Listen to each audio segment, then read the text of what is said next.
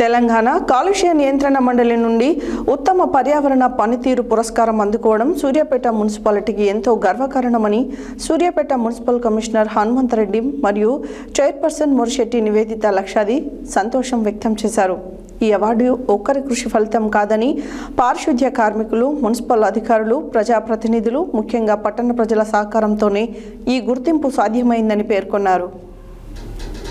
తెలంగాణ కాలుష్య నియంత్రణ మండలి నుంచి ఉత్తమ పర్యావరణ పనితీరు పురస్కారం అందుకోవడం సూర్యాపేట మున్సిపాలిటీకి ఎంతో గర్వకారణమని సూర్యాపేట మున్సిపల్ కమిషనర్ హనుమంతరెడ్డి మరియు చైర్పర్సన్ మోరిశెట్టి నివేదిత లక్షాది సంతోషం వ్యక్తం చేశారు.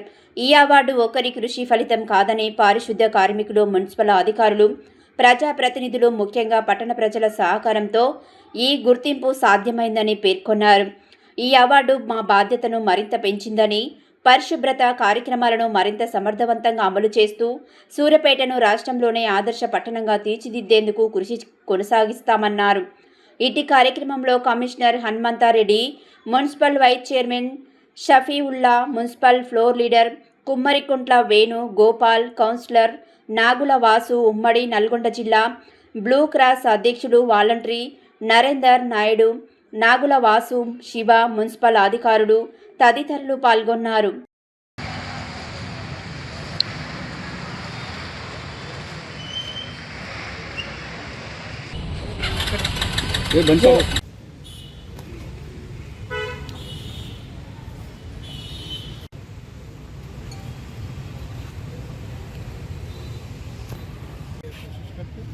इसमें ये सही क्या है बोले तो 2000 से नाम भी है यहाँ पे असल गीला कचरा और सूखा कचरा.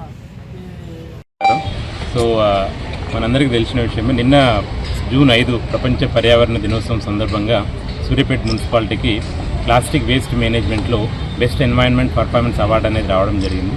సో ఈ అవార్డుకు ముఖ్యంగా మాకున్నటువంటి సిడిఎంఏ మేడం గారి ఇన్స్ట్రక్షన్ ప్రకారం జిల్లాలో గౌరవ జిల్లా కలెక్టర్ గారి ఆధ్వర్యంలో వారి సూచనల ప్రకారం మరి ముఖ్యంగా మా సూర్యాపేటలో ఉన్నటువంటి కౌన్సిల్, మా చైర్పర్సన్ గారి ఆధ్వర్యంలో ఉన్నటువంటి కౌన్సిల్, అలాగే వైస్ చైర్పర్సన్ గారి అడ్వైజర్స్తో మా ఫ్లోర్ లీడర్ గారు అంటే మిగిలిన మా కౌన్సిలర్ అందరూ వాళ్ళ సహాయ సహకారాలతో ఈ అవార్డు అనేది రావడం జరిగింది.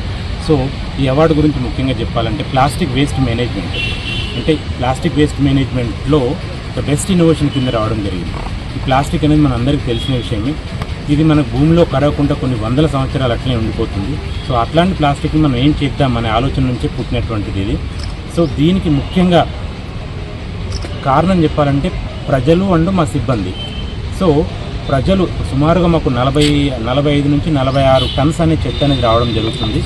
తడి చెత్త, పొడి చెత్త.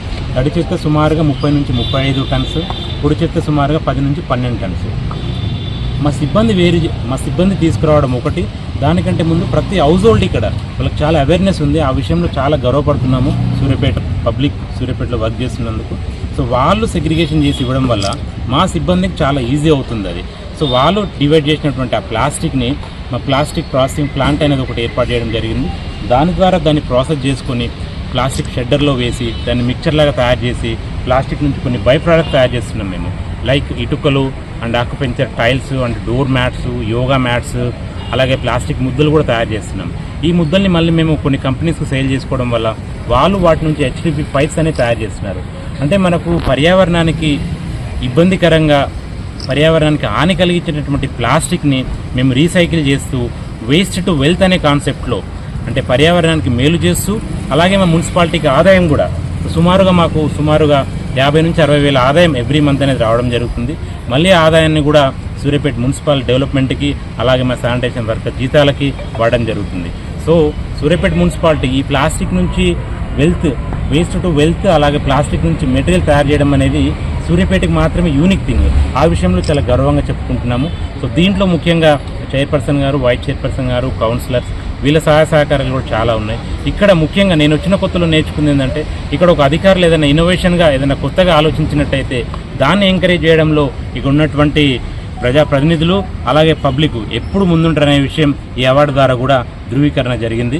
సో ఈ అవార్డు అనేది మాకు ఇంకా కూడా బాధ్యత పెంచింది. మాకు ఈ అవార్డు ద్వారా ఇంకా ఎక్కువ చేయడానికి మాకు స్కోప్ అనేది ఏర్పడ్డది.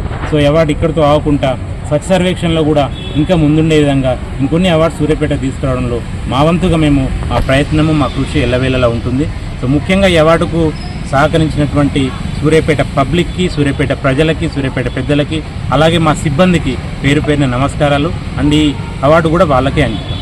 నాతో పాటు ఈ కార్యక్రమంలో పాల్గొన్న కమిషనర్ గారికి, వైస్ చైర్మన్ గారికి, వేణు గారికి, మిగతా వార్డు కౌన్సిలర్లందరికీ కూడా నమస్కారం, ధన్యవాదాలు తెలియజేస్తున్నాం.